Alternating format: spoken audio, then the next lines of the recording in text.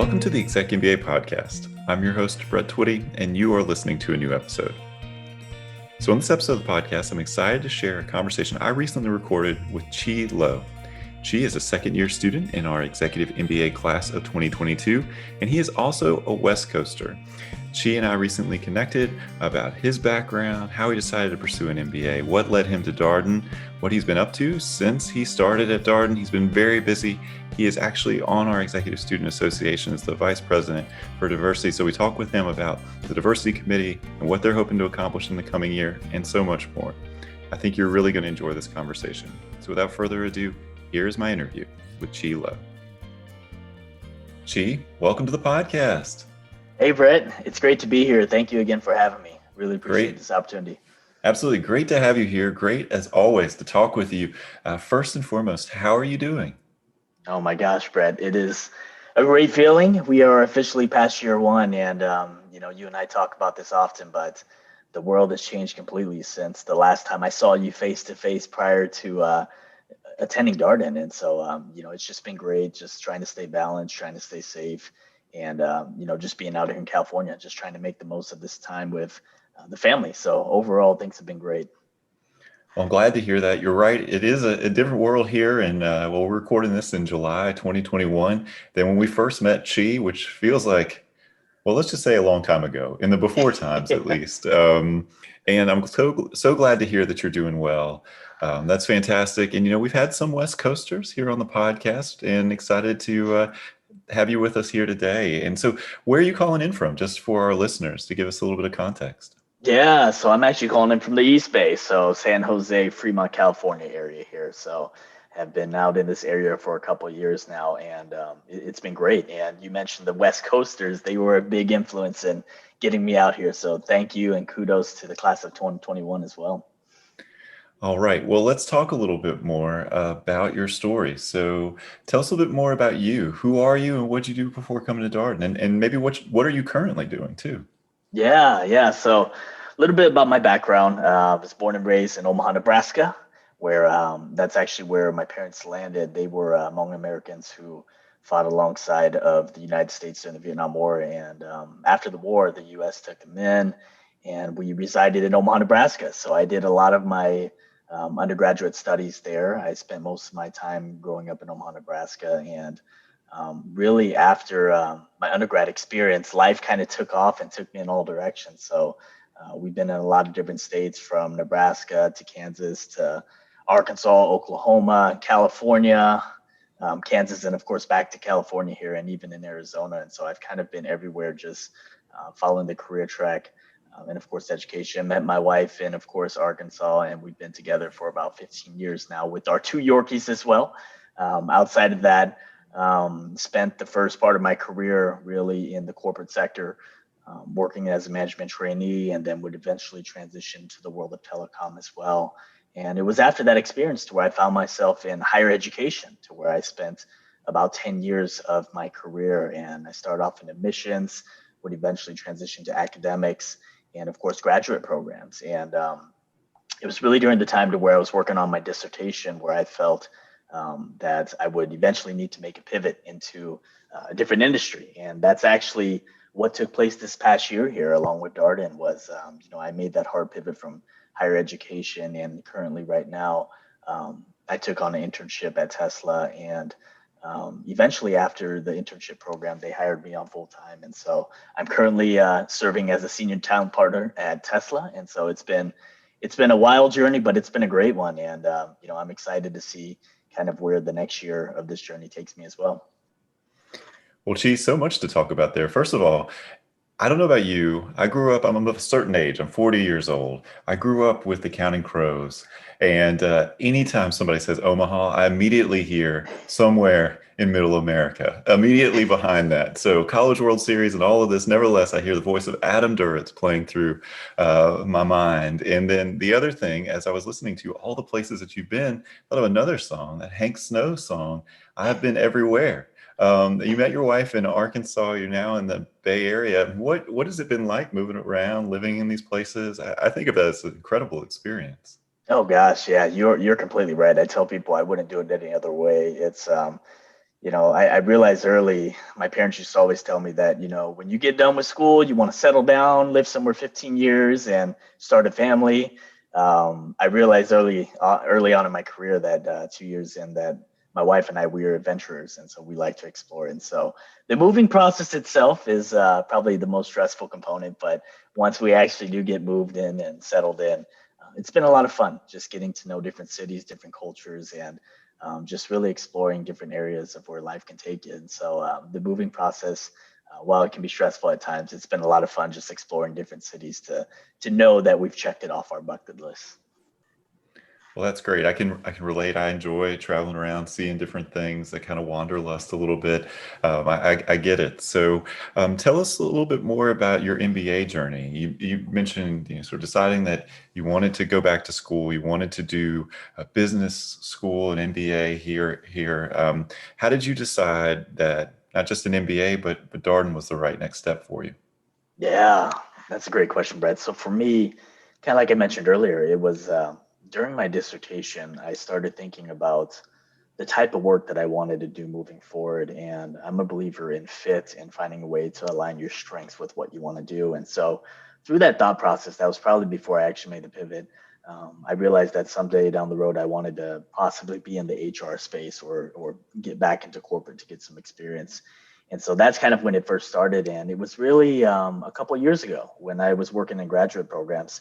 I learned a lot about MBA programs and I learned a lot about the return on investment and just how beneficial an MBA can be. And so, even in working with my students, it was just inspiring to hear their stories and to hear kind of what they're doing and where they're going. And at that point, that's when I seriously took a look at what options were available, and that's what led me to Darden.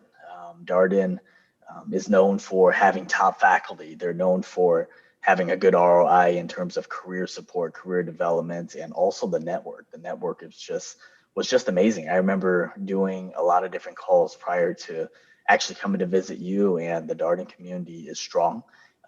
We're a small community here that really supports each other, and that's the one thing that stood out to me. And it really resonated with me during the class visit as well, too. As I told you earlier, I met the West Coast Darden family here at SFG, and they were great. The 2021 class was great in accepting me and really answering all my questions, and so that was a big reason for choosing Darden. But most importantly, the case study methodology. With the case method, for myself, I'm an auditory learner, and so that worked very well for me.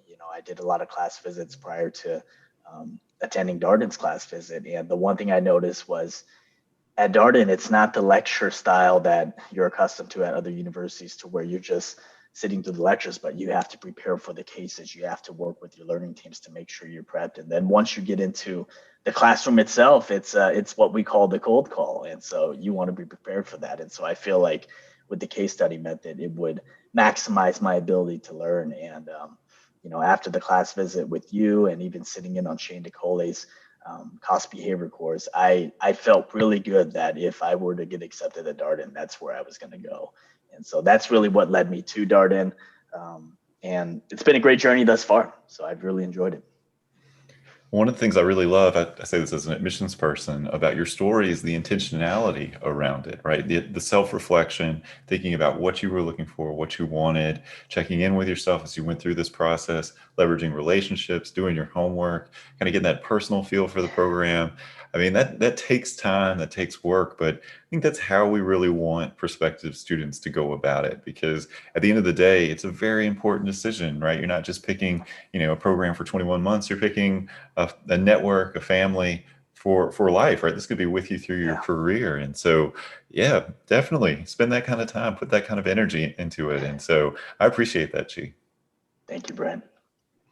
Well, one of the things that was cool to me as you were doing your research is I had a chance to look at my LinkedIn network and see what executive MBA alumni we have out there in the Bay Area. And there are actually a good number of folks who've moved out to the Bay Area, perhaps after graduation. We have some folks who've done the program from out in California, out from San Francisco, come to the DC area for weekend residencies and made that trip.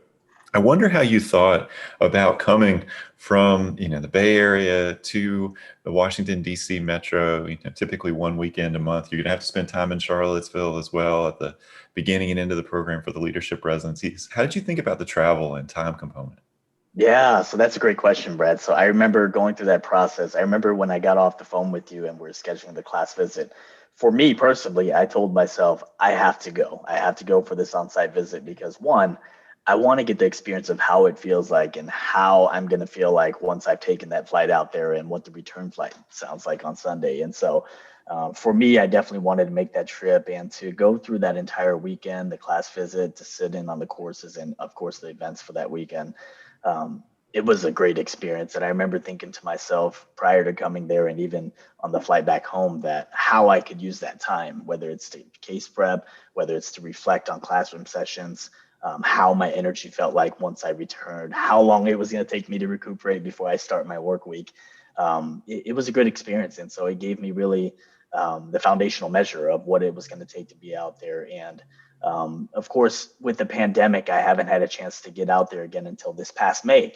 And so that was a great time as well, too. I had a chance to come out there and experience OGR in May with my classmates. And once again, it was just a great time being able to balance out work, school, life, and go through that experience. And so I know that's one thing that I'm definitely looking forward to in the fall. I think I was sharing with you that, I've got my tickets booked for August all the way until we finish the program. And it's definitely something to weigh, but it's in talking to the previous class members, it's something that's doable. I think one of the greatest challenges that they mentioned was just finding ways to build in the time and cadence. And that's the one thing that has been kind of a challenge for me, but I think I'm starting to get that cadence is because the time zone differences are so different from East Coast to West Coast. I joke with people all the time. I have two laptops. One is on East Coast time and one is on West Coast time. And so it's really just making sure that you have good balance. So for me, prior to going to OGR, I need to make sure that my cadence is on East Coast time. So and a good example of that is when they're starting OGRs at 8:30 in the morning. It's 5:30 here in California, and so for me, I just need to make sure that my cycle for that week is in rhythm with the OGRs so that I can maximize that experience. And so for the most part, it was a deciding factor. But the one thing I loved most about it was it's once a month. And so that for me was doable. I wanted to be able to come out once a month, get all my coursework done, take a few weeks off to decompress, and of course, go through the courses in the virtual format and then come back the next month. And so I felt that was doable with my schedule. And so far, it's been great. So I've really enjoyed the format. And for any West Coast people looking into the program out there, just know it is something that it can be challenging, but it is doable and definitely worth the experience. Well, I appreciate that. And you did note the distance learning, which for a West Coaster like yourself, it's normally 7 to 8:30 or so, a couple nights a week here, East Coast time. But that would be, and not an evening class for you. That would be a late afternoon class, I think, 4 to 5:30. Yeah, it's great. I always tell people, it's earlier in my day, and once you get done, there's still a lot of daylight out there. And even for the OGRs, when we're finishing out here, generally it's you still have the whole day ahead of you. So that's been one of the benefits of it too, is knowing that when it's OGR is over, it's some days it's only noon or some days it's only 3. And so it's definitely a motivating factor once you finish the coursework. That's right. You've been participating virtually in some of these weekend residencies, but I think I share your excitement. I think we all share your excitement on the Executive MBA program team to be back, to resume normal operations, to be back in person. I can also say that our class of 2023, the class that's enrolling this August, also very excited about that. So a lot to look forward to here. So let's talk about that first year of the program. You're now a second year student, as you noted, which is really exciting. I had a chance to hang out in Charlottesville with some of your classmates a couple weekends ago and see everybody, which I will say is the first large social gathering I had been to in like 16 months, which you get a little rusty, Chi, just so you know. If you haven't been around people, like just trying to talk to people and like go to one of those things, like you got to use those muscles again. So Yeah. it's interesting to me. But what was that first year like? What were the learning curves for you? Yeah. So Brett, that first year, I tell you, when they say it's a transformational experience, it truly was. Coming into the program, we're we're told that, we'll have the night classes on the Tuesday and Thursdays, and we'll have OGR. And, we joke about it on the learning team, even within the cohort, that when you actually get into that first term and you're doing the prep work, and it's like, oh, okay, yeah, I can do a couple hours a week, Tuesday, Thursdays, and then you have OGR. When you incorporate the prep work and even the learning team work into it, it's just a lot of work during the first couple of terms, especially hours. And so the advice I would give is definitely be ready to commit that time, because that time is crucial. You get what you make of the learning experience. And but the nice thing about it is, after the first couple of terms, you do find a cadence in terms of how you separate the work within your learning teams, how you can best support each other. And the great thing about our cohort too is, like, for me, I can tell you, I'm definitely not a quant person. And I know that's usually what a lot of our students fear with the program, is not having the quant expertise. But the nice thing is, our faculty are great. They do a great job in really ingraining the case study methodology to make sure that you understand the principles coming out of it. And also, we have a lot of subject matter experts within each cohort. I think the program team and you all do a phenomenal job in breaking up our learning teams to where it's very balanced. And our subject matter experts do a great job in hosting additional sessions as well too, to where, let's say, for instance, if we are having challenges in decision analysis, or even accounting or finance, we have student leaders who will step up and host additional sessions, so that you do have that preparation going into the exam period. And so it's been a great experience during year one, just going through this experience with the cohort, with our learning teams, and going through the challenges of the pandemic together. I think we all, like you said, are looking forward to the fall, but for the most part, I think we've made the most out of year one, and y'all have done a great job. It's been just a great journey during this first year. Well, all credits to the program team. It's an incredible group of people who support our Executive MBA students, and also the Executive MBA faculty. All tremendous folks. I think one of the nice things about the Executive MBA program, and perhaps you feel the same way, Chi, but certainly for me, it's a community within a community, right? So you have the broader Darden community, but the Executive MBA program, it's a real tight-knit family. You're all in it together, whether you're faculty, staff, student. That's the mentality here. Yeah. Yeah, I completely agree. It is definitely one family with the Executive MBA faculty, and we've had the opportunity to just get to know them through the classroom sessions. They do a great job of hosting office hours as well too, and so we get the opportunity to really get to know them. And even this past session, with having Manel fly out from California to come join us for OGR, I mean, they are dedicated to their work, and very impressed with their expertise, but also just the support that they've been able to provide us to have more of that community that you mentioned. Yeah, and for our listeners who listening along and kind of trying to keep up with the alphabet soup of things, just so you know, OGR, it's on grounds residency. We use this sort of interchangeably with weekend residency. So if you're curious, there are a lot of acronyms to keep straight here at Darden, not just with respect to weekend residencies, but course names and all sorts of other things. So one of the challenges for a new student is to decode all of this, but we do try to help people out as we go through the podcast. Now, all right, Chi, let's talk about your extracurricular engagement, because you also have a leadership role within the class. So you just talked about how busy you were and the adjustment and being a brand new student at Darden and navigating these early quarters. And yet you still said, I want to put more on my plate. So talk a little bit more about the leadership role you have within your class. Yeah, so the leadership role I have currently right now is VP of VFSA Diversity Committee. And so essentially in that position, part of the reason why I chose to go after that position is because I have a passion for diversity, equity, inclusion.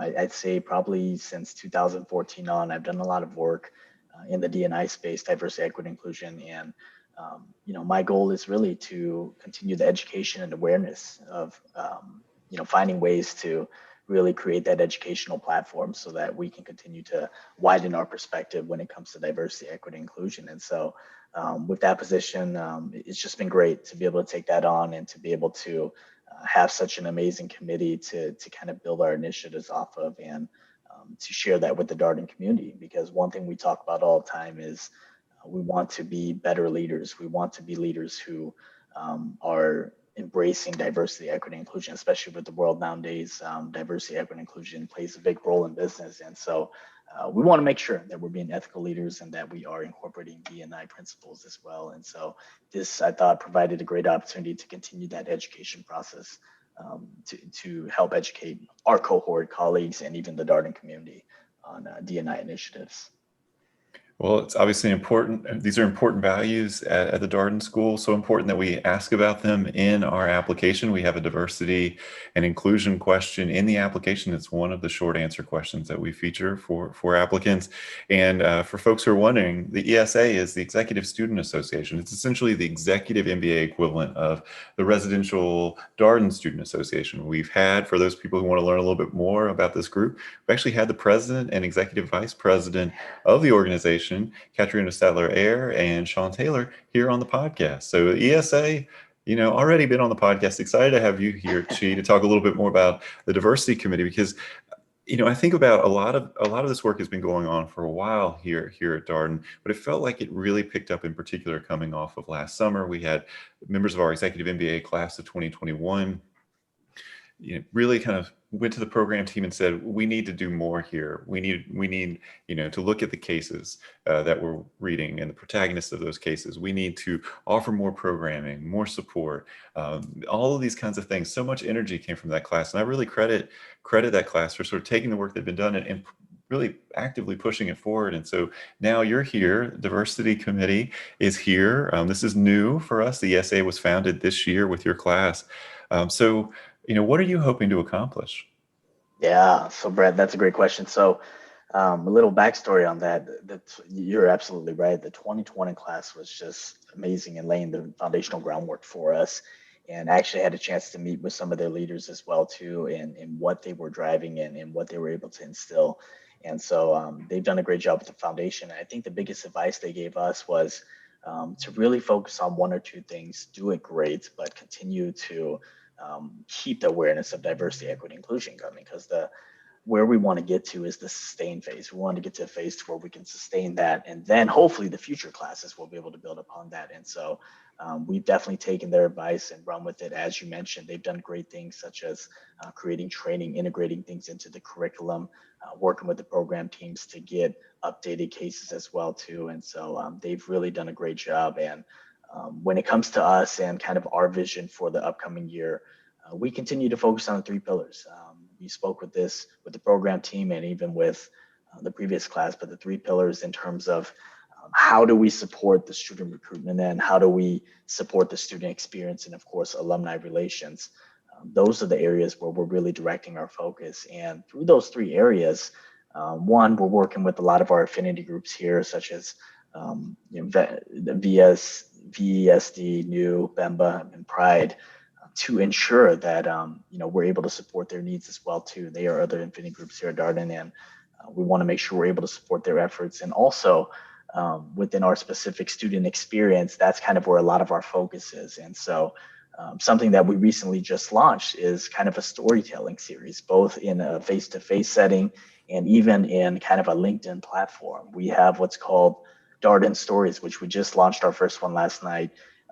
And really it gives us an opportunity to learn more about our cohort, the diverse background that they come from, so that we can widen that perspective. And we share that within the Darden Executive MBA community. And then also we have what's called Humans at Darden. And within the Humans at Darden experience, that really focuses on, people coming in and really, it's similar to Humans in New York, but what they're doing is they're sending in a submission with a picture and a description of actually just their experience and their background. And so it's just a great opportunity, again, to see a different perspective, to get to know our classmates and to really see some of the challenges that they face to get to where they are today. And so that's really where a lot of our focus items are. We're currently also working on ambassador and a mentorship program as well, which I'm sure down the road you'll have some people who can speak a little bit more about that on the podcast. And then the final thing too is just our class. We are so interconnected, and we have individuals who have stepped up, and we actually have a global diversity event taking place in October. And so that's going to be really exciting. It's actually Luke. Luke is heading this up, and he's getting everybody within our cohort actively involved. And I think it's going to be a great event. And really, it's just going to showcase kind of our diversity within the cohort, and to really celebrate diversity as a whole. So I think when that event comes in October, it's just going to be a great time for everyone to come together and really embrace diversity, equity, inclusion. Well, that's incredible, Chi. Not only do you have a plan, you've got pillars, you got people involved, people working on this. I'm not surprised. Let me put it this way. I'm not surprised that it's happening, but I'm so excited to hear all the things that are happening. And I particularly loved your point that, maybe that was shared with you by the class of 2021. Like, don't try to do everything. Try to do one or two things really well. This is always my advice for student leaders is like, when you come in, you got a lot of energy and you probably want to try to accomplish everything. And generally that means that you may not necessarily accomplish anything if you take that as your lens. But if you say, look, I want to do this one thing, I want to do these two things well, particularly when you're a really busy executive MBA student, your chance of accomplishing those things goes up exponentially. And you also leave some things for future leaders, right? You're just trying to move the ball forward, keep things viable, keep the momentum here, take what was done, build on top of it, hand it off to somebody else. I know our executive MBA students, things move very quickly, 21 months in the program. And when you're a student leader, you're probably talking about maybe a window of about a year or so. Yeah. But nevertheless, if you can pick that narrower focus, that's the way to do it. So I like to hear that. Thank you, Brent. All right. So, well, you're in your second year of the program. There's a lot happening. You've got this conference coming up. Any other things that you're looking forward to in the second year here, Chi? Yeah, so I think I touched on it a little bit, but just coming into the program, the transformational experience is something that I really wanted to get out of it. I've had leadership experiences before to where, as a leader, we talk a lot about the collaborative experience, right? In terms of how do you leverage employee voice, and at the same time, how do you be able to utilize that and make decisions off of it? And the one area, I think I shared this with you during my interview, is coming into this program, I wanted to be a stronger leader in terms of being able to continue to leverage employee voice, collaborate, but also be able to validate decisions as I make decisions as a leader. And so I can tell you, the first year has been such a transformational experience.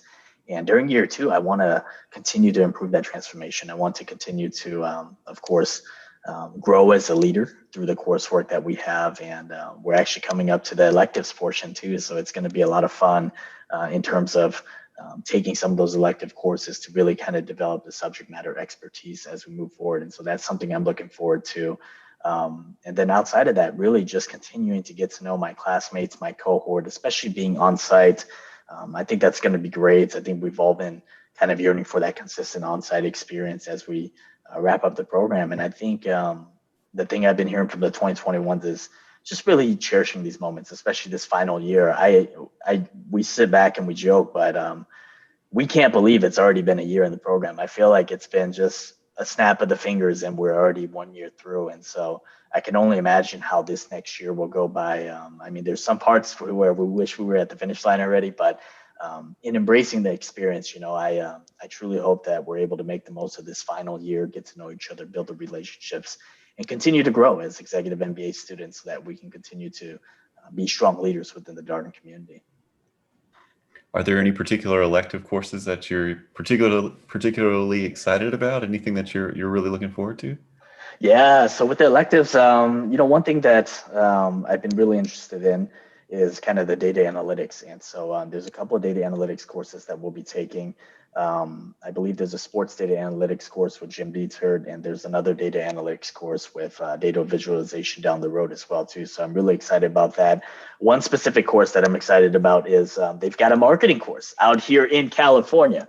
And so for me, I think one of the requirements was that it's going to be on site in California. And so with me being out here, I just think it's another great example of being able to get with my colleagues who do come out here for that course. I think that'll be a great time, but also to get ingrained in the marketing material and to see how marketing works, especially in Silicon Valley here. And so really excited about that course as well too. And of course, the diversity, equity, inclusion course that's taught in Q9.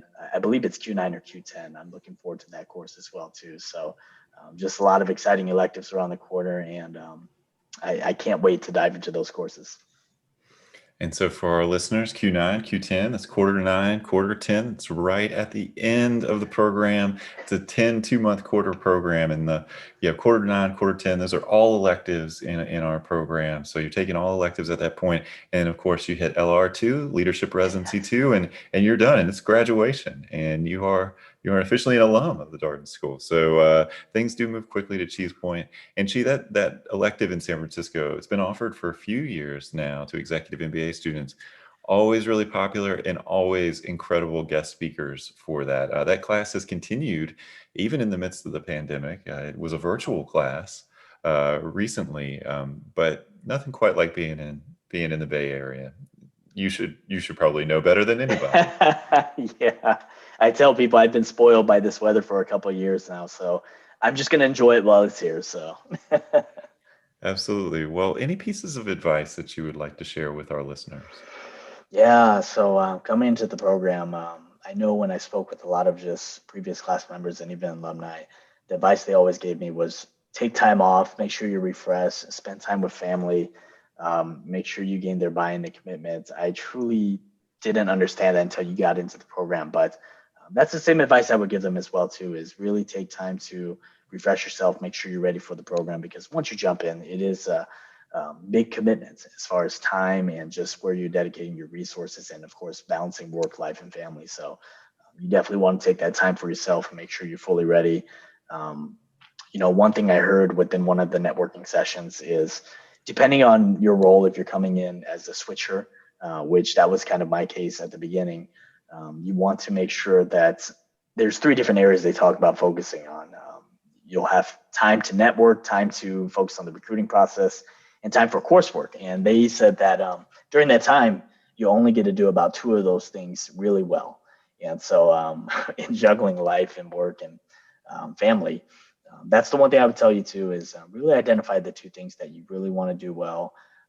Just from my perspective, when you're able to get on site, I would focus heavily on getting to know your cohort, taking the time to really networking with them, and even when you're at on grounds residency, you want to make sure that although you want to prep for the coursework, but at the same time, when there's events afterwards, definitely get involved, get to know your classmates because these are the relationships that will benefit you 10, 15 years down the road. And it's those experiences and the conversations that you have that will be key takeaways down the road that will be most memorable. So, and finally, just enjoy the transformational experience. Like I said, from day one, from LR1 all the way to where we are now, it's just been great working with the career teams and even some of the leadership development courses and the coursework itself, and even the people in the cohort. We have just phenomenal people within our cohort who have been great leaders who you can learn from. And so I would just say embrace that experience, learn as much as you can, push yourself to do as much as you can because this truly is going to be a transformational experience. And if you dedicate the time commitment to it and you're reflecting upon your growth during that time, you'll truly see the impact that this program will have on you. Well, so much good advice there. I think over my time talking with current students and alums, they always say if you're trying to do your reading during the weekend residency, you're probably a little bit behind. Have all that done before you show up for a Friday class so that you can really enjoy the experience. You can always have some time to brush up if you need to, refresh yourself on the materials, but make sure you give yourself that space and time to enjoy the weekend, enjoy being with your classmates, and you really have time to be present for those experiences to a person. That is the advice because the time does go quickly in the program, and so, well, I want to ask as a final question. Normally, that's the last question we ask, but since you just started at Tesla, I am curious. What led you to Tesla, and how's it going so far? Yeah. So that's a great question, Brett. And actually, I kid you not, this experience has probably been one of the major reasons for that opportunity. But what led me to Tesla was actually, so here's the story behind it. It was actually after LR1.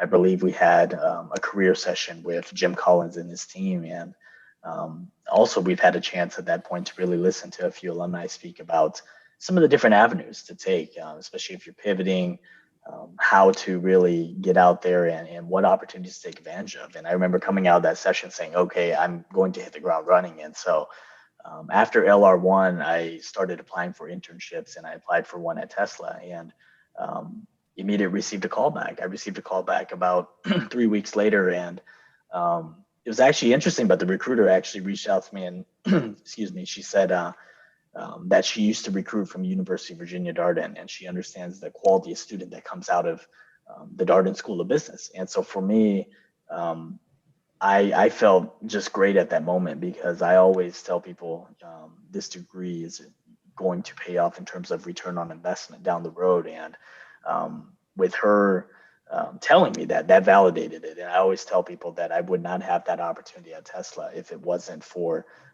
the Darden School of Business and being here as well too, because it just opens up another network for you to really get yourself into the industry that you want. And so for me, that's kind of how my journey took off. I was a HR and people teams intern starting in February.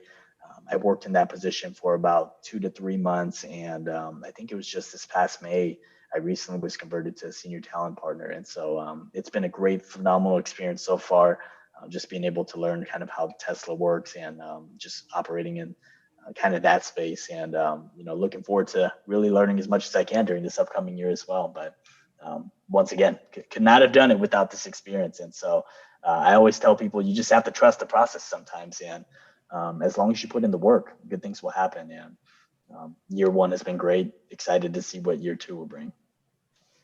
Well, Chi, thank you so much for your time today. As always, it's great talking with you, and thank you for spending some time in the morning out there on the West Coast with us here on the podcast and sharing your story. And congratulations on making it to the second year of the program and everything exciting that's happening for you. Keep up the good work. Thank you so much, Brett. I really appreciate you having me on. And that was my interview with Chi Lo, a second-year student in our Executive MBA class of 2022. As always, if you have any comments, suggestions, requests, anything you'd like for us to cover here on the podcast, we're all ears. We can be reached at exec, that's EXEC, MBA, at darden.virginia.edu. Until next time, stay safe, be well, and thanks for listening.